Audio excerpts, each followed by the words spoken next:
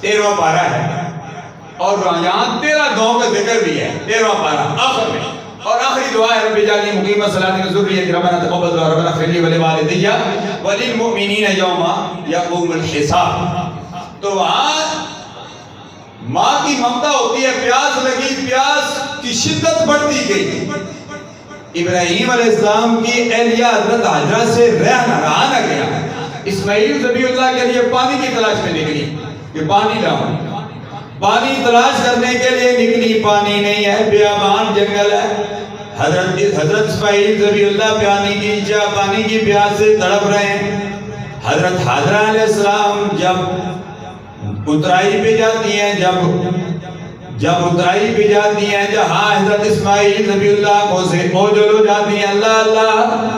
حضرت حاجرہ علیہ السلام دوڑ پڑتی ہیں تاکہ میرا بیٹا میری نظروں سے اوجل نہ ہو جائے.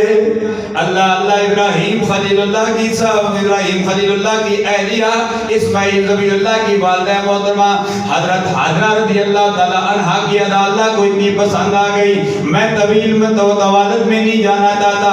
اللہ اللہ. حضرت ابراہیم خلیل اللہ کے بیٹے اسماعیل ذبیح اللہ نے ایڑیاں رگڑنی شروع کر دی. حضرت حاجرہ علیہ السلام دوڑتے ہوئی آئیں. کیا دیکھتی ہیں؟ اسماعیل ذبیح اللہ ایڑیاں رگڑ رہے ہیں، اور جہاں سے ایڑیاں رگڑ رہے ہیں وہاں سے آب زمزم نکل آیا. اللہ تبارک و تعالیٰ نے قیامت تک آنے والوں حاجیوں کے لیے اعزازم قرار دے دیا گیا. اے حاجیوں، قیامت تک جو میری پیاری بندی نے ادا کی تھی، صفا مروہ پر سعی کی تھی، دوڑی تھی، اے عمرہ کرنے والوں، اے حج کرنے والوں، فرمایا اس وقت تک میں تمہارا حج قبول نہیں کروں گا، اس وقت میں تمہارا عمرہ قبول نہیں کروں گا جب تک تم میری بندی حضرت حاجرہ کی طرح تم بھی صفا مروہ پر سعی نہ کرو.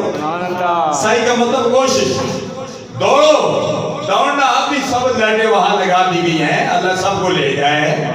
تو جہاں دوڑی تھی حضرت حاجرہ وہاں اب بھی حجاج کرام دوڑ پڑتے ہیں. ایک عجیب منظر ہوتا ہے. اب بھی